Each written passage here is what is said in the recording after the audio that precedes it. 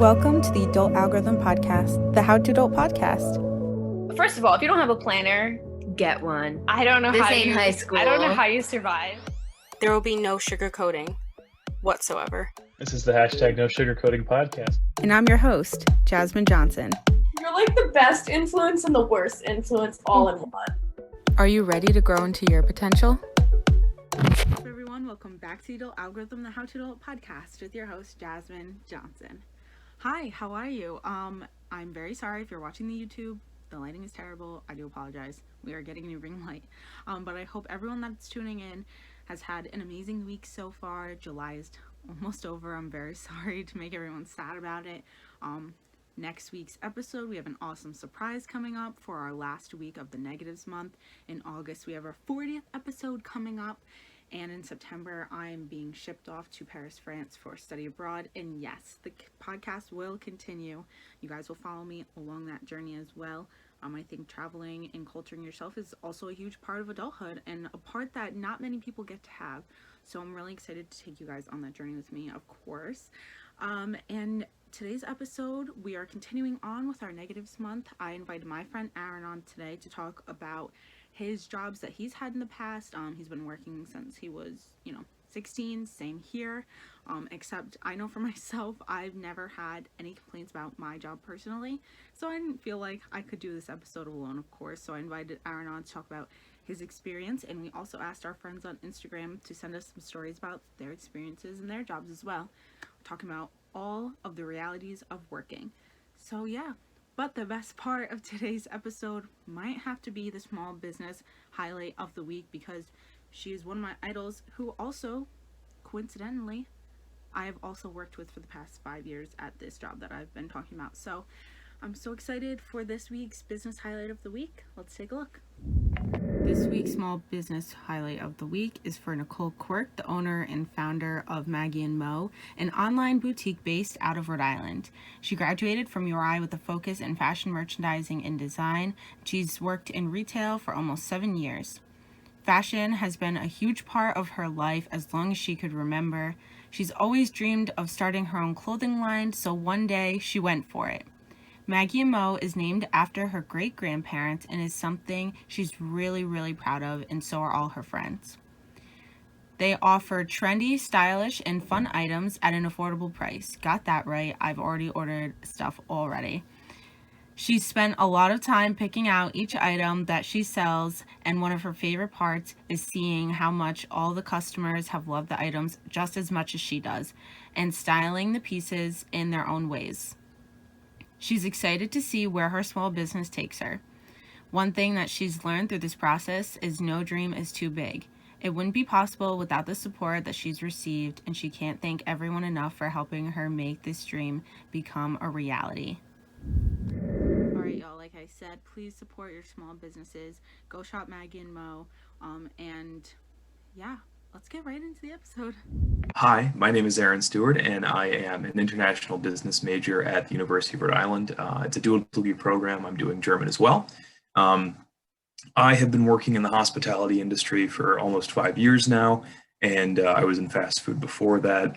And needless to say, I think I'm fairly experienced in my field, and it's been a mild nightmare at times, but now here we are. I love it. Aaron, thank you so much for coming on. We love to see it. We love this collab. So cute. This is your second time? Third? Oh, yeah, because the RLG episode. Oh, my God, it's your third time. Third time's a charm. Oh, my God. I love it. Okay. Well, this is going to be an interesting one, as has all the episodes you've been on. But we are very excited. It's our negatives month. We are talking about terrible work stories. We got some stories from other people. But we are going to start with you. Have you've been working since basically you've been able to work, right? Did you start working? Yeah. I started working actually, yes, I was 16 when I started working. I was almost 17. I put off trying to get a job for a while because I didn't start in fast food, and I really wanted to try to get a job in retail, but I bit the bullet because I was straight broke. And I got a job at Wendy's, when I was 16. So you started working at Wendy's when you were 16. I feel like that's a classic, job to start off with. It may not be the best, but No. it's definitely classic. And how did that like start for you? You just went in, you were like, I guess I'll work here because I'm broke. And how long did you work there for? So actually, it's really funny. My mom, my grandmother, and my aunt all made bets against me, how long I would last at Wendy's. And so my cousin was she was the one who bet the furthest out. She bet that I would last there 2 months. I lasted there 6. And the thing is that if I didn't get offered another job, I would have been there even longer. Mhm. Um, so I was just scrolling through Indeed, and so I was trying to apply to like REI and pretty much any other actual retail position that I could get. I didn't want to work in a supermarket all too much, but I was like, you know what? Just gonna work at Wendy's. Yeah. I like a Baconator and a Frosty, so it Fact. worked. Nice. So it worked out for 6 months. Was it healthy? Like as a literal like 17-year-old working fast food, which people are brutal. They are. They're so brutal. But so the thing is that I started off on the grill. I was a grill cook for a while, which was nice. I didn't have to interact with anybody.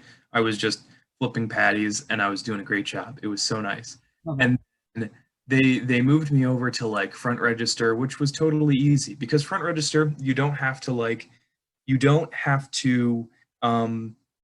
deal with people coming in through the drive-through. There's no time, like, because a huge thing in fast food is that everything is on a timer, and so you get your property is scored based on your drive-through times, your answering times, your meal prep times, all that kind of stuff, which is so brutal. And I hated working at the drive-through because of that, because all I would think about is my time, and my anxious brain would start going into effect. And so be this like snowball effect of me getting orders, me not filling them out in the right amount of time, and then just like lagging behind. And so honestly, I got put on drive-through more than I wanted to, which was really annoying. And I told them that I didn't feel comfortable on drive-through, but they kept putting me there anyways. And even though we had other people on shift usually that were better at drive-through than I was, and so I called my managers out on that a few times. They didn't want to hear any of it, so just it was what it was. But but yeah, it was kind of hellish. The working conditions there were pretty bad.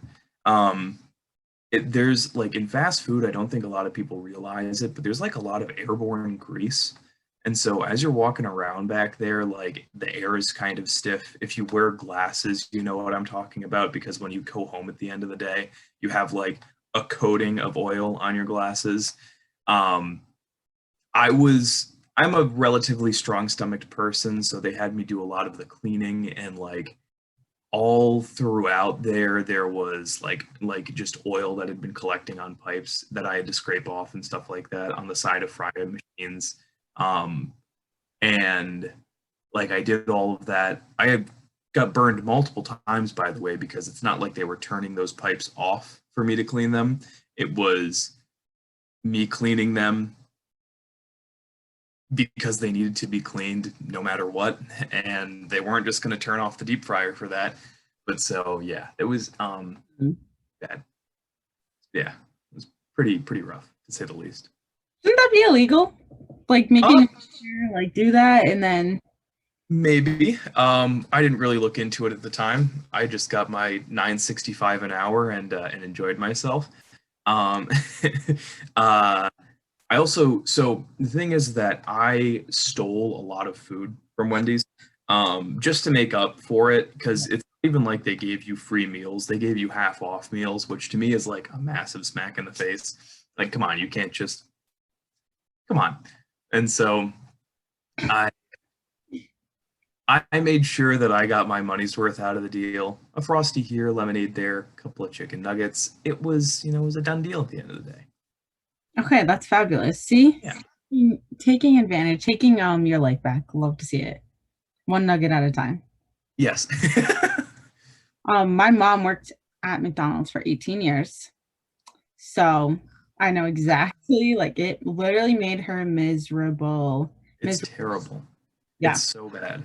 Miserable It- enough yeah. to go back to school at like 55. Yeah.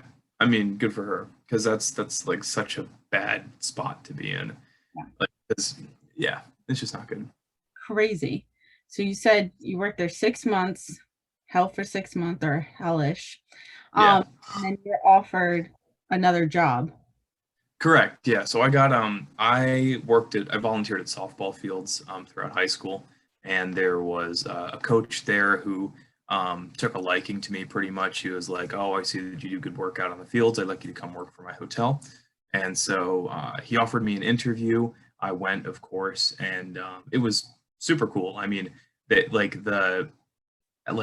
off of the gate, it was so much cooler than what Wendy's was, and it was so much of a larger opportunity too, because like the travel benefits for hotel employees are really phenomenal. And as a 17-year-old, I was like, absolutely, this is definitely something that I would want to do. I can escape for a few days for like $35 a night, and that's irreplaceable. Um, and everything just seemed put together there. Their management team was great. Um, the general manager was a very nice person. Front office manager was great. And then, of course, Steve, who I was directly reporting to, who was my maintenance manager, he was awesome. And so I worked in maintenance for 4 months. They realized that I had a little bit more of a personality than just maintenance, and so they put me on the front desk. And then that's where I've been ever since. So January of 2018, I guess, is when I started on the front desk. Dang. Yeah. That's insane. Wow, that's wild. And I mean, being at the front desk probably means you have a lot of friggin' crackhead stories. We need Naturally. we definitely need to hear some of them. What is like you want like some of your craziest stories? So we used to do like event weekends in Providence. So if there were conventions going on at the Dunkin' Donuts Center, we would normally house a fair portion of whatever was going on there. So there was a cheerleading competition that was in town, and we had multiple teams staying at our hotel. And the way that like hotels work on days where you have this many checkouts and this many check-ins, usually we'll call that a flip of the hotel. So we're flipping the hotel. It was a Sunday. It was the last day of the competition, and we were flipping 110 rooms. We were flipping the entirety of our hotel.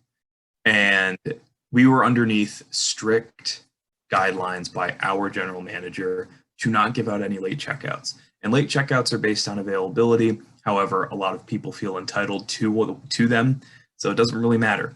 And so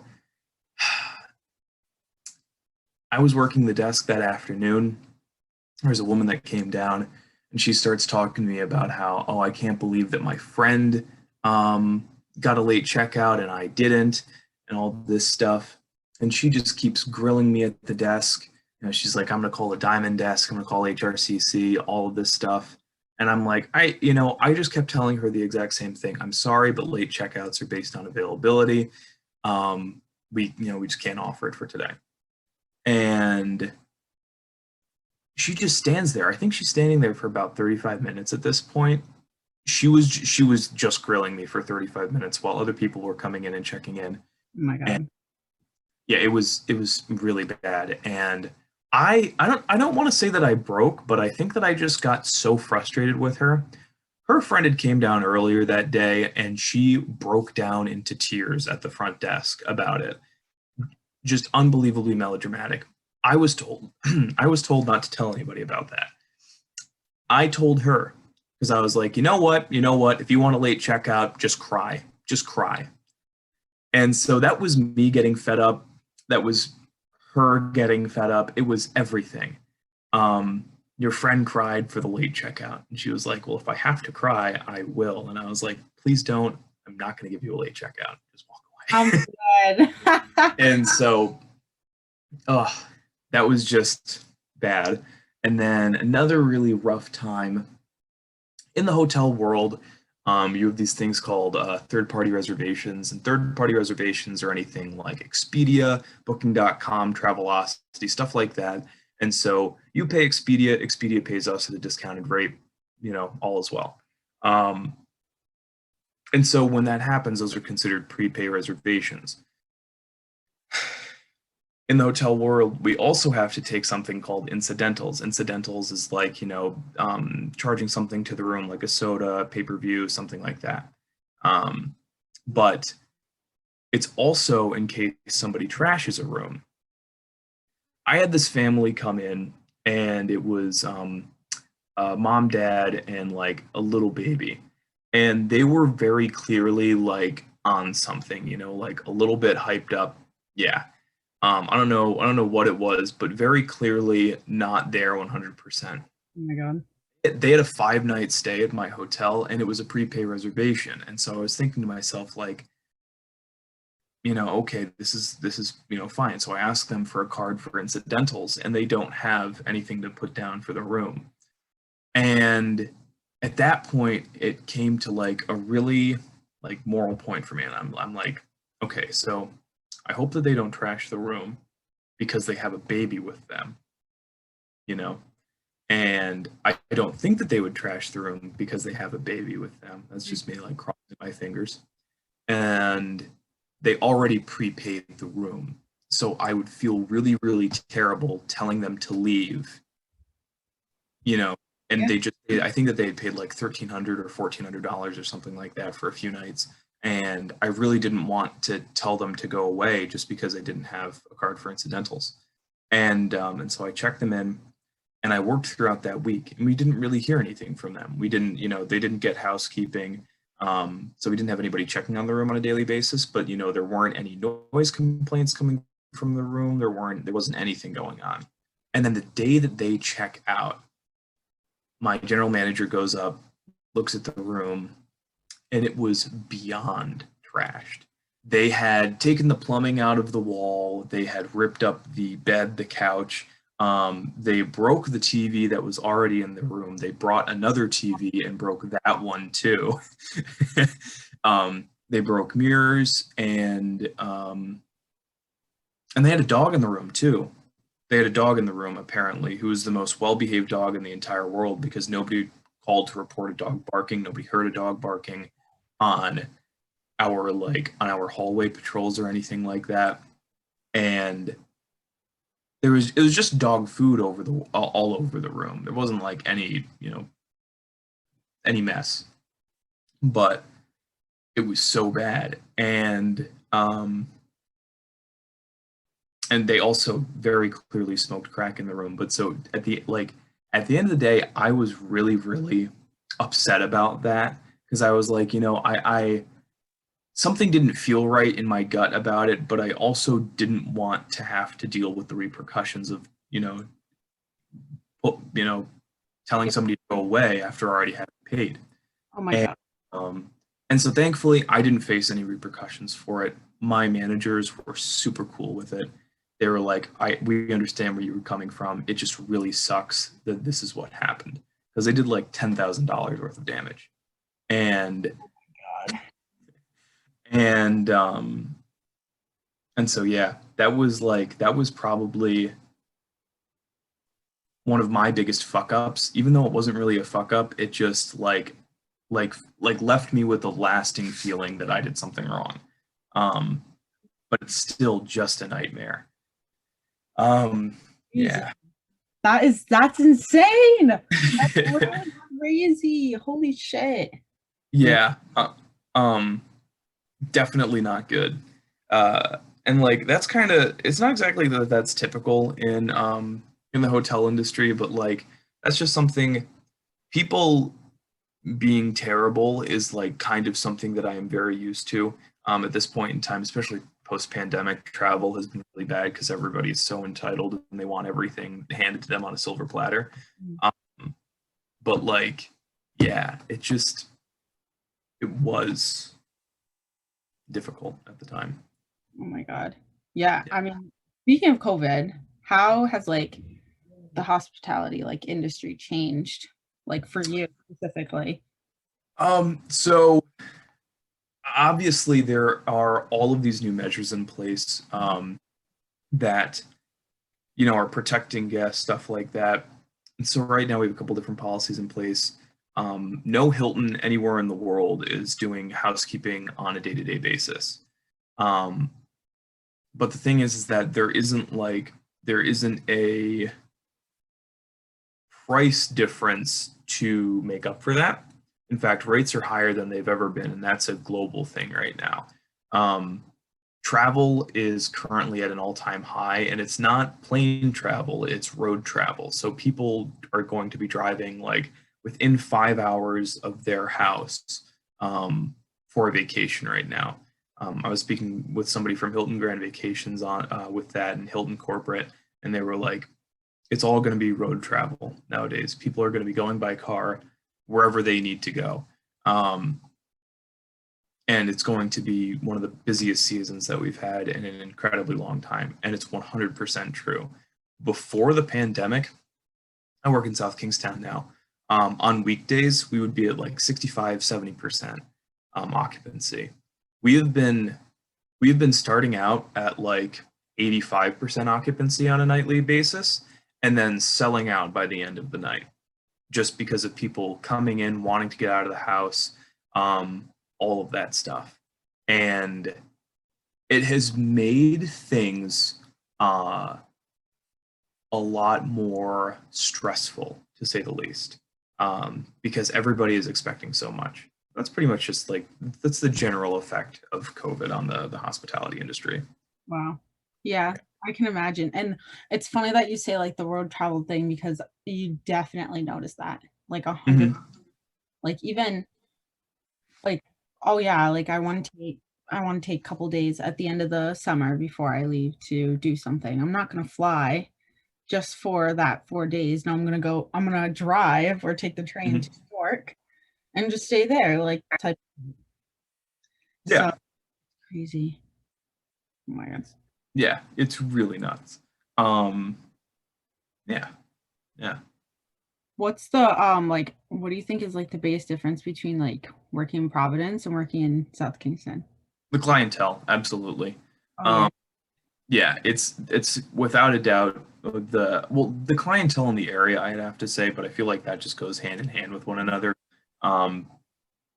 Working in downtown Providence, I was catering to business, Brown University, people who were coming in to look at colleges, and so it was a much more like it was a different crowd. Like they were there for a different purpose.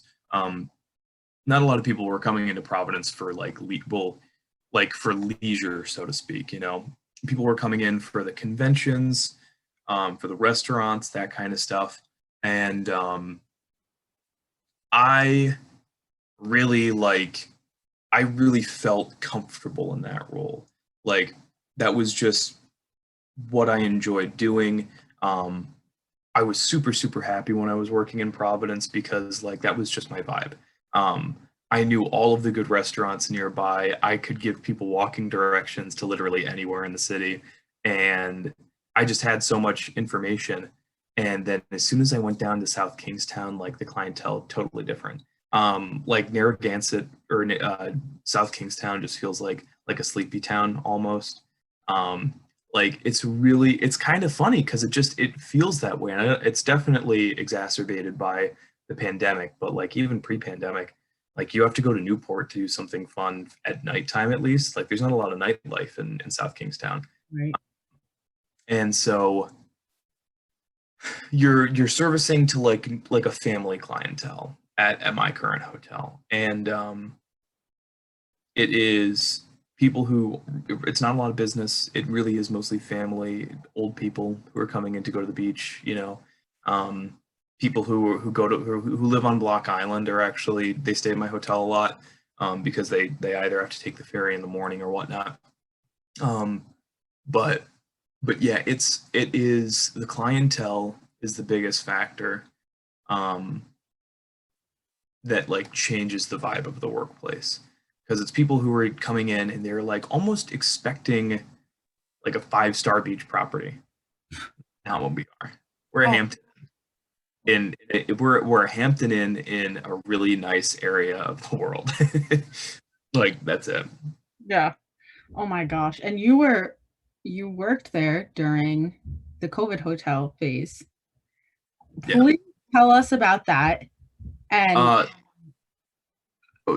some of our friends like stayed there. I know like when Leah had to stay there, she was there and FaceTiming me and you're right outside her door delivering something to her. I just think that's so friggin' weird and hilarious and so weird to think about now. But please tell us about yeah, I mean, so the COVID hotels was like kind of a daunting thing. I got laid off last March when COVID started. I got hired, or I didn't. I came back to work in June, and then we closed down in September to start housing URI students who had either tested positive or or are quarantining for the virus. And it was like kind of difficult to like wrap my head around it. I wasn't vaccinated at that. Well, nobody was vaccinated at that point in time. But I was nervous. I'm technically speaking at risk because I'm asthmatic. And of course, I have like a lot of people around me that I really care about and don't want to, put in harm's way. My parents are both, 55 plus. My, and it's like I don't want to hang around with people knowing the fact that I am like currently catering to people that have the virus. And so it was like kind of a big dilemma for me. We also were told a lot of things at work that didn't actually end up going into effect, which I will touch on later. But so we were promised a lot of things that didn't end up happening. I Working through the COVID hotel, though, it really wasn't all too bad. URI covered the meal service. They would deliver meals to rooms. I didn't really have to have any face-to-face interaction with these kids. I put together a key packet for them. I put it onto a desk, and I unlocked the door when they came in. I stayed, my nice 10 to 15 feet away from them. They still didn't understand the fact of, stay the hell away. I had I think the first kid that I checked into my hotel, he came right up to the desk and I was like, dude, stop. Like I had put like a very solid line of blue tape on the floor, which was pretty much just like a do not cross line. People still did not pay attention to it, but it's whatever. Then, it really wasn't all too bad. The kids were well behaved for the most part. I didn't have to worry about anything like that. We had people there from URI who would like deliver meals to rooms and stuff like that, and also deliver DoorDash orders to rooms.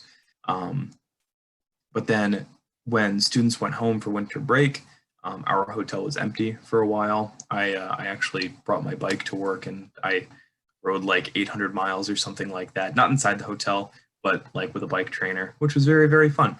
And I got paid for it too, which was kind of nice. But all in all, it wasn't a terrible experience. Nobody in either one of our staffs got sick at either the Fairfield or the Hampton Inn, which I thought was pretty impressive, to be honest with you. Yeah, that's good. Well, that's good because you know how URI kids can get. Really rowdy. Yeah, very rowdy. Yeah, I had one bad experience though.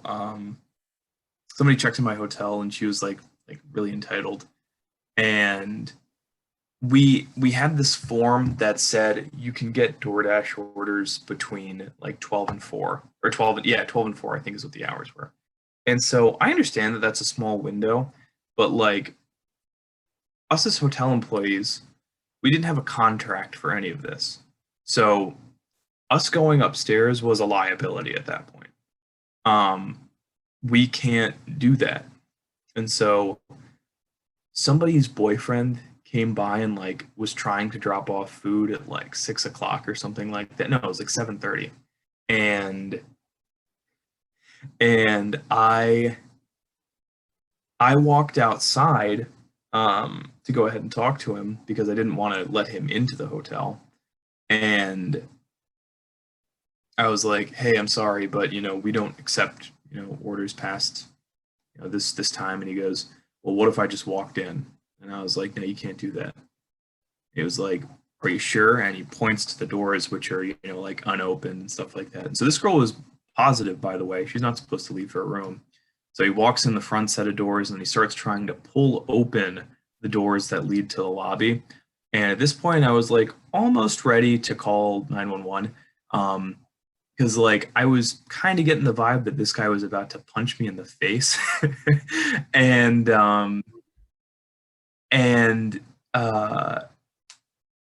she ended up coming downstairs and taking the food from him, and I just ended up reporting them to URI because that's what we're supposed to do. I didn't catch the dude's name, but then like it was such a mess with the URI board too, because they were like, oh, well, if you didn't get the student's name who was trying to open up the doors of the hotel, then we really can't punish either of them. And I was like, that's horse shit, but whatever. Yeah. Fuck URI. Facts. No, don't say that. It's just ridiculous. Like they're always backing up the entitled people, because they would be like, yeah, I would do, because they are entitled people. Yeah. So hope that bitch is watching, whoever she is. I think her name is Tessa. So fuck you, Tessa. Oh. Tessa. No, I think she got the vibe that I hated her. So it's cool. We're not on good terms. Love that. Okay, great, fabulous. So I mean, that's insane. That just blows my mind. So talk about some of, well, you mentioned earlier some of the stuff that they promised to you, and that kind of goes hand in hand with like some of the red flags that workplaces show. It's like lost promises type thing. Yeah, so false promises are like something that I've gotten very used to where I currently am. There's been a lot of things that I've like tried to talk about, which is always met with usually the same answer, which is we're looking into it. Like, you can't be looking into it for 2 fucking years. Get over yourself. But like that's neither here nor there. We were promised a couple of different things. My supervisor had a chat with our regional manager who told her that we would have somebody from URI here as security 24 hours of the day. So it would either be somebody like, it would be like a couple different people a day that would just do patrols. They would walk the halls in the hotel. We would have somebody else from URI there 24 hours of the day who would do trash, take out the trash, and cater to students.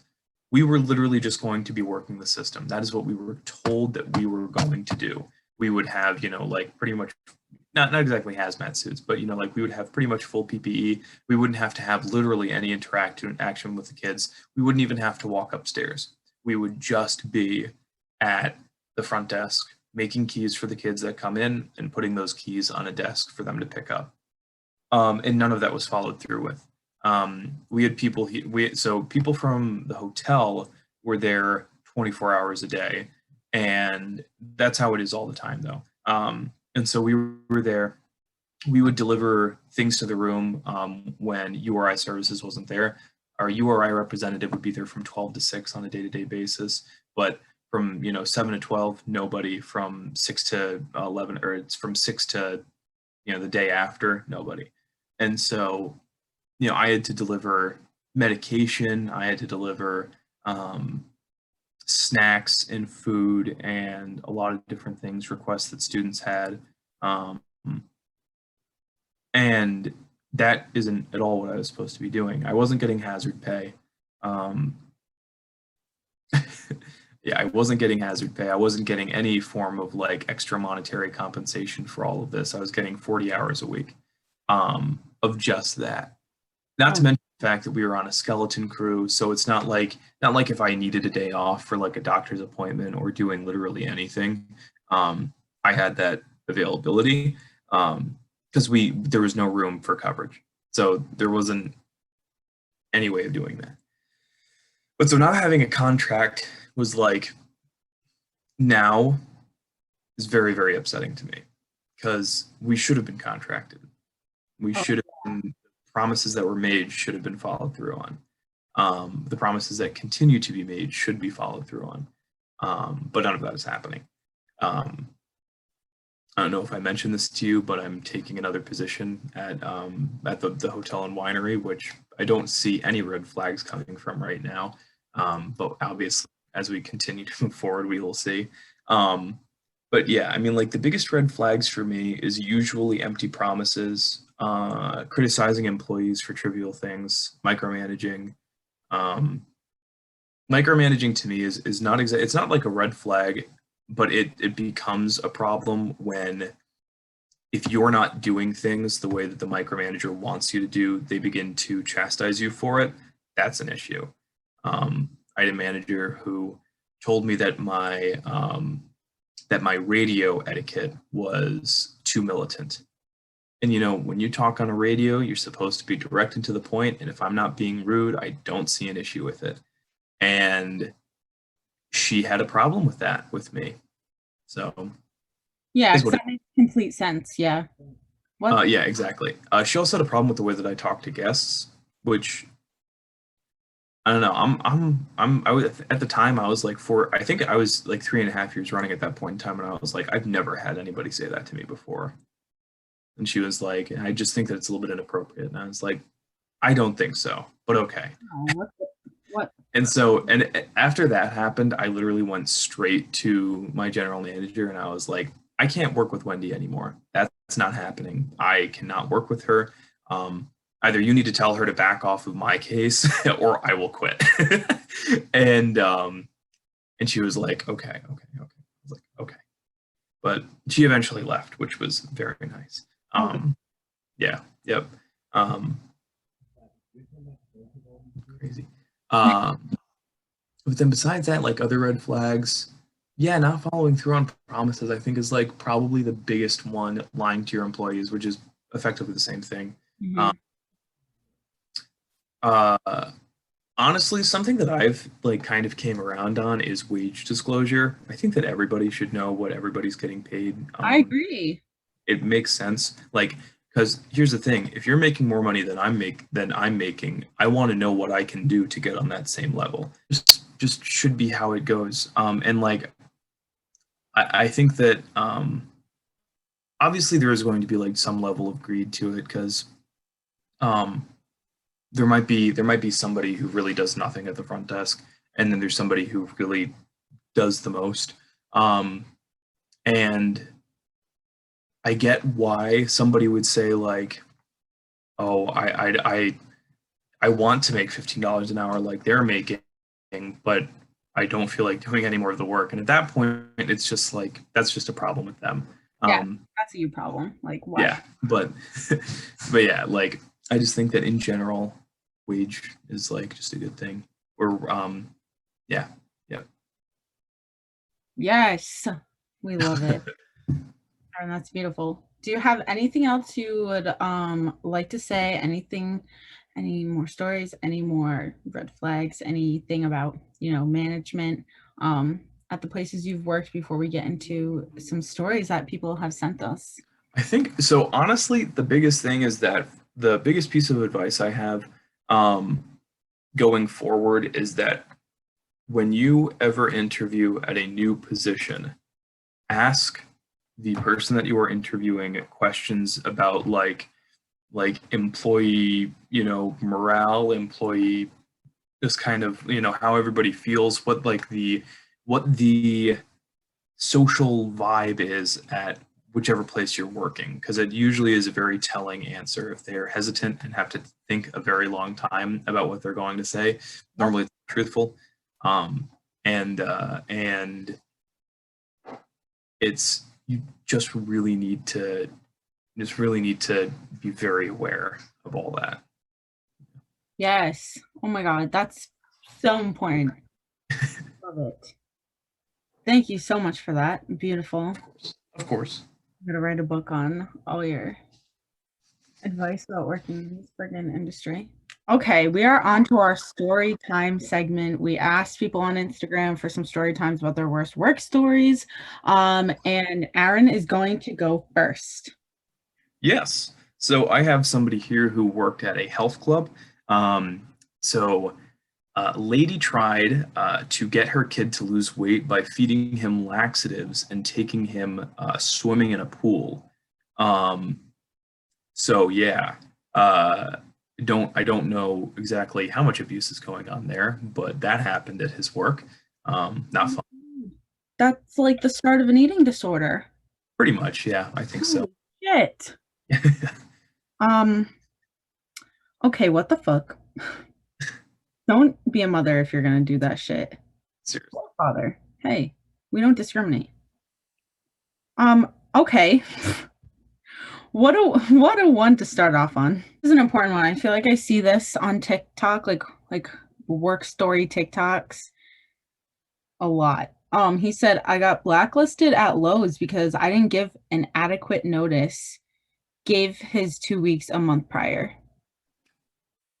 Like literally blacklisted. That's ridiculous. So does that just mean that he can't like ever work in another Lowe's property again, pretty much? It sounds like I thought Lowe's was better than that.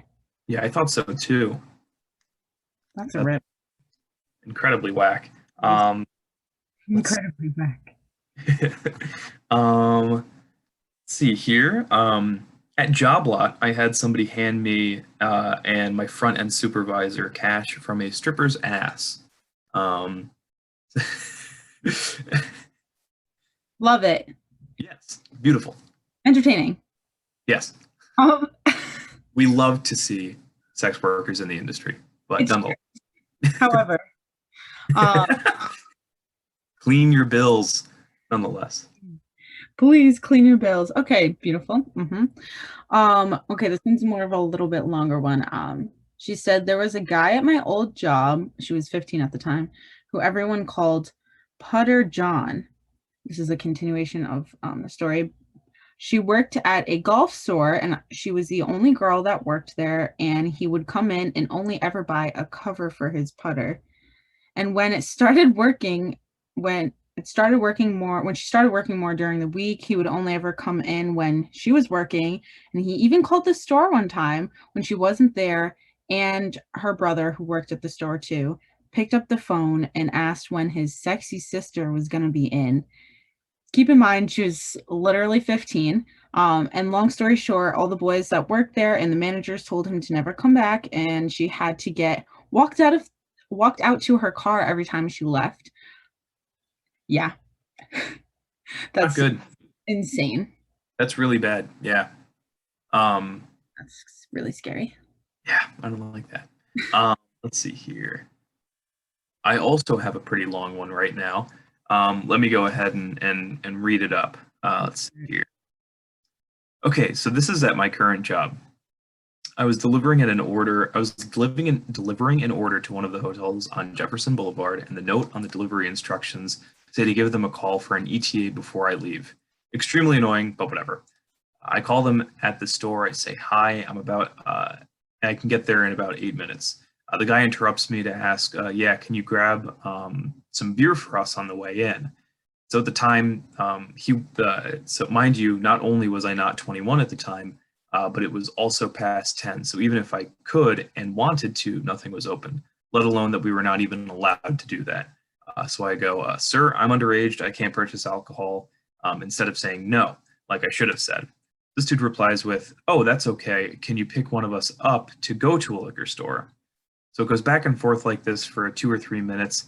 I'll pay gas money. Sir, I can't do that. Are you sure? Nothing is even open right now, etc. Finally, I get him to concede. Then he asks, are you outside right now with the pizzas? And I go, no, sir. I'm still at the store because you wanted an ETA. Oh, okay. So I drive to the hotel and get to the door, which thankfully is on the ground floor. The guy who's in his 50s or 60s opens the door. I hear 2 people in the bathroom finagling around. The guy at the door asks, how much is it? It's $17.20. Okay, is dimes all right? Sure. I was done at this point. He disappears into the hotel room for a couple of minutes and comes back with a Ziploc bag of loose dimes. keep the change, as if I was going to count it out right there. I get back to the store and hold out the bag of dimes for my manager to see, which he starts cracking up. We ended up counting it out, and it came out to exactly $20 in dimes. At least they left a tip. Oh my God. Not the dime. Oh, wow. Yeah, not good. No. Um, That's great. We'd love to see that. I guess I'll add my own story in here. I don't think I've ever said where I work on the podcast just because I'm not trying to, get in trouble or anything because I love my job. But I work in retail. I mean, if you know me, you know, like hashtag if you know, right? There's this friggin' lady that comes in.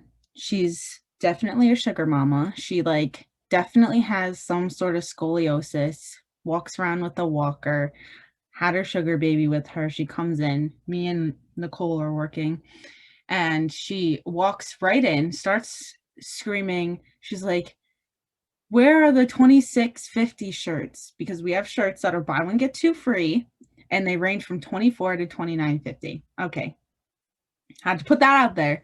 So automatically I knew exactly what she was talking about. So I pointed her to the buy one, get two free shirts, and she goes, thanks, sexy lady. And then I'm like, oh my God, this bitch is her tongue was basically falling out her mouth. She was screaming in the store, pick out whatever you want, baby. It's gonna look so cute, to her sugar baby. Oh my God, he was definitely so embarrassed. It was crazy. She gets up to the register and flips out because one of the shirts, or some of the shirts, were $29.50 because it ranges, and she didn't look at the price tag. And she's like, that lady over there said they're 26.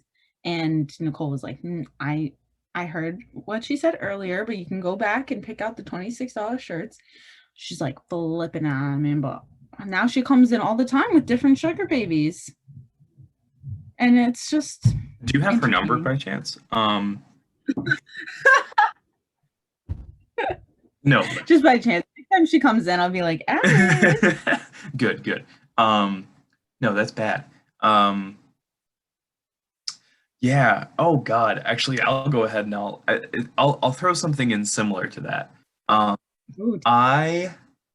while ago, I was working in Providence, and there was a woman that was coming in back and forth. I don't know how. I think she was in her 50s or 60s or something like that. And so I am a man of I love classic fashion. I like suits and ties and all that good stuff. I love designer clothes, or designer suits and stuff like that. I love the old rich fur coats. I'm against fur nowadays, but the older ones, you can't control that, and they're beautiful. And so this woman comes in, she's unbelievably tall, and I go, oh, that's a great fur coat. And she goes, why, thank you. And I go, I'm a big fan of, overcoats as well. And, I like long coats and stuff like that. And she goes, oh, I bet you'd wear it so well. And I was like, okay. I was not ready for that to happen. But I just said thank you and walked away. but that was an experience, to say the least. You missed your shot. What? Come on. I know. I missed my shot. It's okay though. Could have had one. You could be wearing it for the podcast right now. You're right. I could be. What we should tell is what happened at Applebee's the other night. Not to admit that you've been to Applebee's before, Aaron, because you are a very classy restaurant, support your local businesses type shit. But Aaron did go to Applebee's with us the other day. I did. And a man walked in with a sex doll and brought it to a table, to which the entire restaurant was laughing, looking, and very startled by. Thank God it was 9:30 at that point in time, so there weren't any kids in there, but dude, brutal. And we saw his friends there, and they were looking at him, laughing, and rightfully so. But what kind of bet do you lose to get into that position? You know what I mean? You have to have done something really bad. You should have went up to them. We should have asked them. You're honestly right, but at the same time, I don't think I want to know. Just the imagination. Yeah, exactly. Leaves the imagination. And he was standing at the front for a good while. Like all the staff was like, "What is going on?" Like, and I wouldn't have wanted to serve him. Are you kidding me? No, he literally was sitting across from it. Just Yep, bad. hilarious. So if you work at Applebee's, we'd love to hear your stories because I think they are insane. They're probably awesome. Just college kids binge drinking their $4 margaritas. And Yeah. Lime margarita. that was so good, by the way. Strongly recommend it. It was delicious. It's the only margarita I've ever enjoyed. So. I'm dead. Okay, I have to open the Google Forms app on my phone because my computer will not let me. However, if you want to tell the next one, go ahead. Oh yeah, absolutely. I just have a really quick one. Actually, I can go ahead and pop two really quick ones in. Somebody I know that is a vet tech has told me a couple of things about working in the vet tech area, and so they normally when people come in with a dog and like it's just like not exactly like malnourished, but like very clearly medically not sound, and the owner we bring it in for like a nail trim and polish because that's like that's what the dog really needs. And then like literally the dog got hit by a car and needs CPR, but the client wants the dog's nails cut. Yeah, fun. Oh, great. Perfect. And then do you have the next one up? I'm pulling her up. Hold up. What did I call this? Worst. Oh, here we go. I see her now. She's gonna take a photo. We got her. Okay. And we can expose the friggin' thingy, the company. Okay, so am I allowed to say her name? What's happening? Okay, so one of my sorority sisters, Madison, shout out Madison, love you, girl. Comments on all my Instagrams, love you. She said, and this is sad because I love this place, but it's not really their fault. So she said, I worked at Shake Shack during the peak of the pandemic, and for some reason, they had me at 17 serving as the mask enforcement as well as taking orders. So both is very sad. Even being 17 and being the mask enforcer of a very popular, I'm pretty sure, I don't know if this is the one in Providence, but I feel like that's a pretty busy one. So rip to that. Definitely. Yep. Yeah. I told one customer to put her mask on, and she told me that I was discriminating against her religion. And once I explained that we were a private company and could enforce masks, she threw an entire milkshake at her. I would die. I would actually die. Yeah, no, that's so bad. Go to jail. Oh my God. Like, again, like the pandemic has just brought out the worst in people, especially when it comes to just that general so bad. It's like service is really, it is a task nowadays to deal with people. Yep. It's super sad. And I mean, it just like, I think I really only had to deal with one crazy customer at, where I work, whatever, about the whole mask thing. And since I'm friends with the security, I just send them a text like, hey, I have this crazy person. Can you come save me? And even though you're not supposed to call security unless you feel threatened, but I didn't call them. I just texted them like, hey, but he was very much it. His wife, who was wearing a mask, was like threatening to like sue me. And I was like, do it. Yeah, no, seriously. Like that's such a funny thing. Like, I don't know, everybody threatens suing, and it's like, please, I dare you. Go ahead. If you apply like any level of critical thinking to it, it's like it is apply any level of critical thinking to it. What are they going to sue you for? What can they do? Like, they're just using it to intimidate you, and it's so horseshit. I hate it. So Great time. So bad. Oh, we love to see it. Well, do you have any more? I do not. I am. Actually, wait. No, one more. Recently, somebody was taking a pee break at work, and they were threatened for being fired for peeing too much. So What the fuck? yeah, I don't know. I don't We know. gotta go. Yeah, I don't get it. That's a red flag. Yeah, yeah, exactly. Oh my god. Well, Aaron, thank you so much for coming on and Absolutely, amazing episode for this negatives month. We love to see it. absolutely. I'm very, very happy to come on. It was a pleasure to be here again, and I'm happy I could share some fun, terrible work stories. Yeah, absolutely. Yes. Ah, I love it. I hope you all enjoyed today's episode as much as I did. And it's funny because I would also kind of include internships in jobs because especially if you're getting paid, they expect you to do a little bit more. Actually, that might be a lie. People that have unpaid internships, I feel like they just get taken advantage of. And I believe they should be illegal. But anyways, that will be another story for another time. But I hope you all enjoyed it. I hope you related to it. And hopefully you will not have to encounter some of the red flags we were talking about. And just really be careful and just keep your mental health first, of course. So if you want to keep following us on our podcast journey, you can follow us at The Adult Algorithm or on Twitter, adult_algorithm. And I believe that's it. I will see you all next week for the last week of our negatives month.